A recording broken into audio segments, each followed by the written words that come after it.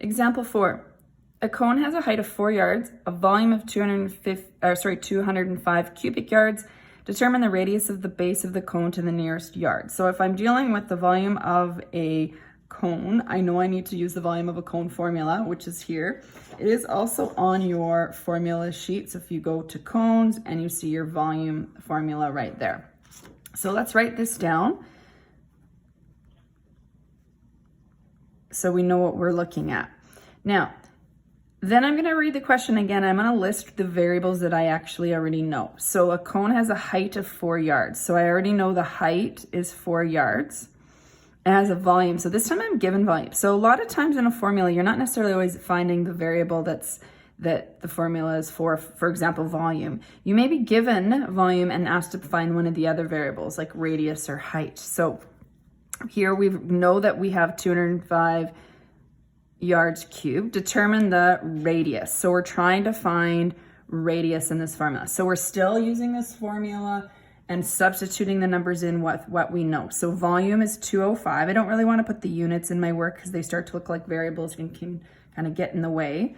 1/3 pi, remember, is a number. R is what we're looking for. Squared is part of the formula, and height is 4. So now what we need to do is evaluate this. So we want to isolate R squared. There's more than one way we can show our work here. So you might recognize this is 1 times pi times 4 is 4/3. So maybe let's write that. 4 pi by 3, so 4/3 pi R squared. And then there's 2 ways you can do this. Some of you might recognize you're going to divide by 4 pi by 3, divide both sides. I find that sometimes putting this in your calculator isn't necessarily quite as practical or as easy. So what I like to do is clear the fraction, and then that just allows it a little bit easier to work with. So to clear the fraction, I want to multiply this by 3 so it would cancel out. So if I do that to this side, I'm going to also do that to this side. So you're going to grab your calculators, you're going to go 3 times 205, and when you put that in your calculator, you're going to get 615. This will allow those 3's to cancel out, so you're left with 4 pi R squared. Now I need to divide off the 4 and the pi to get R squared. I can do that in one step. However, it's very important that when I'm putting this into my calculator, I don't necessarily have to write it here, that you're using brackets around that. Otherwise, your calculator will divide it by 4 only and multiply that answer by 15. So for example, I would say 615 divided by, open the brackets, 4 pi, and again, it's the pi symbol, close the brackets. So make sure those brackets are in there and you get 48.94, etc. So that's what R squared is, 48.940145.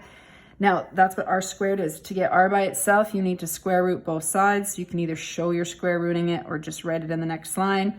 Don't hit clear, use the answer button, or just, a lot of calculators, you just hit square root and it square roots that answer. For mine, I'm gonna have to use the answer button, and I get 6.9957.